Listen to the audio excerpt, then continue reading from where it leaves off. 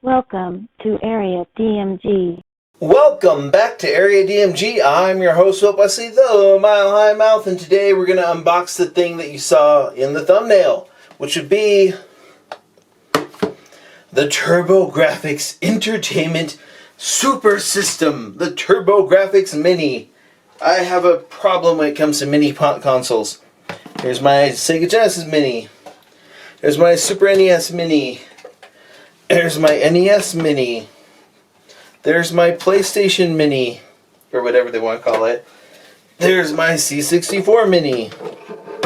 Love this thing. And also a Neo Geo Mini, which, yeah, let's pop that over here. I'm still annoyed that the Neo Geo Mini isn't like the actual Neo Geo home console, because like I would like to see that. And there were home console versions of many of those Neo Geo things. I'd kind of like to see those. I mean, I like that it's arcade, and I like what they're going for with like a little built-in screen. Oy, but it's clunky. Oh well. Anyways, let's move that one out of the way. We're going to take these off of here for a second because we're going to compare it to the TurboGrafx 16 Mini. Now, I did not have one of these growing up, but I knew people who did. And my entire, I guess you could say, nostalgia with this comes from playing Bonk's Adventure and Bonk's Revenge, and also playing Keith Courage and Alpha Zone. What's funny is that I mentioned those in particular because, well, let's get into it. Here's the front of the box.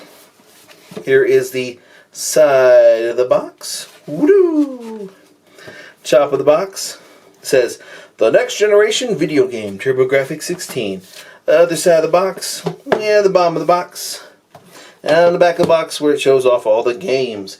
You have Alien Crush, not Devil's Crush, Blazing Lasers, Dungeon Explorer, Moto Rotor, Power Golf, R-Type, Victory Run, Truman Fu, JJ and Jeff, Military Madness, Newtopia, Ninja Spirit, Psychosis, Space Harrier for some reason, Splatterhouse, Ease Book 1 and 2, Bonk's Revenge but not Bonk's Adventure, Kadash, Parasol Stars, Air Zonk, which is essentially Bonk 3, Newtopia, New Adventure Island, Soldier Blade, Bomberman 9-3, and Lords of Thunder.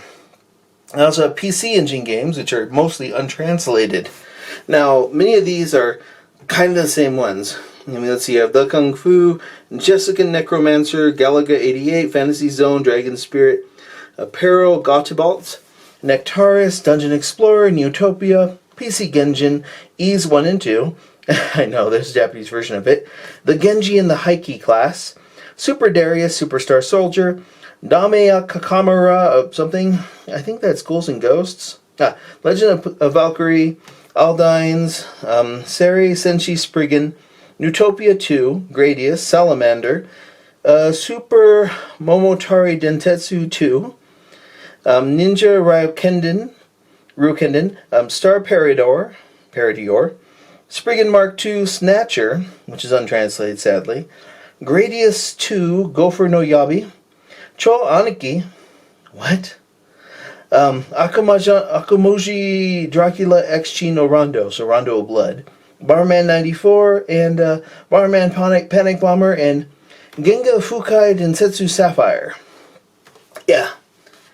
Like all the mini consoles, they'll probably add you can probably add games to these through other means, so it would probably be worth it to add Devil's Crush and Keith Courage and Alpha Zone, so I could have, and Bonk's Adventure, of course.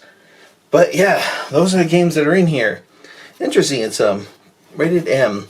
Anywho, let's go ahead and open this up.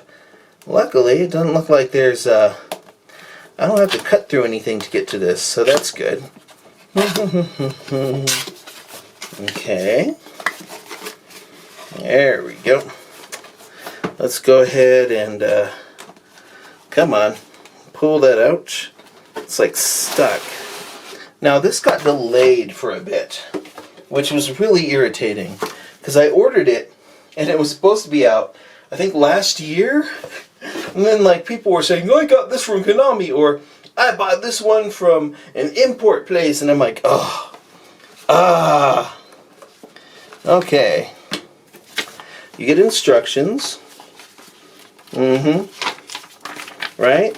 Now let's go ahead and put those in the box. And note, this is one of the largest mini consoles. Like, literally. I mean, it's a large console, which is why I'm surprised they didn't do that with the Neo Geo, because that would have been great. Oh, Konami. Let's throw that out. Yeah. It's like it is a miniature version of it, because the original one is kind of huge. Let's see, it's antenna switch, channel 3, 4.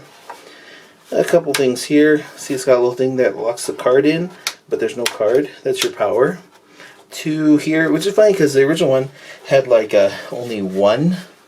Then a back area here, which this is a funny back plate, to be perfectly honest. See, this is where you would attach extras to it. AC adapter goes into here, and there's that. So you have the AC adapter in here, like you draw the power out through that. It doesn't come with an AC adapter, but if you have one for your Switch, or for the, not for a Switch, I mean for the NES Classic or whatnot, same thing. You just plug it through there, and it goes through that. You can cover all the little cables. Nice. This is kind of what I hope they do if they do like a N64 Mini. If they do an N64 Mini, I'd like to be able to take the top off, put the HDMI into that, and then pop that back on. Because, like, remember, the the power on the N64 was like that. But yeah, there's the TurboGrafx. That thing is enormous. Yep, it's actually bigger than the Commodore 64 one. Just a little bit. But yeah, there's an HDMI cable. Yay. And let's see what else is here. You have the charging cable, which you can just run out through there, which is kind of cool because you can also store that charging cable in there. I'm just going to be connecting this to the Xbox and running it through the HDMI cable I've got poured there. Here's the controller. And this, of course, is USB. Let's take this out here. We want to make sure that we get rid of these. We don't like having these things around because it's pets. Anywho, look at that. As a very long cable. Really well made controller. And of course, you pop it into the port right here. Port 1, port 2. They sell wireless versions of this controller as well. Yep. But yeah, this is the TurboGrafx 16 Mini. And it looks huge, but it's actually a mini version of that. The TurboGrafx 16 was pretty big. Yeah. I'm glad that some of the stuff that would the select and run buttons feel good. Controller feels like I remember it feeling. I'm like, this is weird. It was one of the first 16-bit controllers. Sorry, 16-bit ones. It was up against Sega Genesis and the Super Nintendo. So these were your 16-bit consoles at the time. Yep. Hopefully we'll get a 64-bit console, you know what I mean, a mini of the N64 at some point. But yeah, you had 8-bit stuff. If they ever want to do a Master System Mini, that would be kind of amusing. I would like to see that. But yeah, there were... you're either the kid who had the Super Nintendo, the Genesis, but there were some kids who were the spoiled ones, and they were the ones who were like, they had the TurboGrafx 16, and you go to their house and play the TurboGrafx 16 and just be like, ugh, you disgust me. But they were able to play some pretty cool games. And now that this is out, and it's an Amazon exclusive, by the way, that's how you get it. I pre-ordered it on Amazon. It kept getting delayed so much, and then eventually just kind of popped out of nowhere and got delayed because of, you know, the thing. Which was really irritating because it got delayed in shipping in the US, but people were buying it overseas. It's like, oh, you're getting the US version overseas, but Amazon wasn't shipping it out because of, you know, the thing. Ugh, that was so irritating. Anywho, it's here. It's TurboGrafx 16. I can't wait to check out some of the stuff on this. It could be pretty good. Anyways, let me know in the comments below what you think. Did you grow up with the TurboGrafx 16? Were you that spoiled kid? Let me know in the comments below. Hit that thumbs up, that share button, that subscribe button. Ring that little bell so you're notified whenever we have a brand new video here on Area DMG. And until the next video comes out, you are now caught up. Morning, Maya.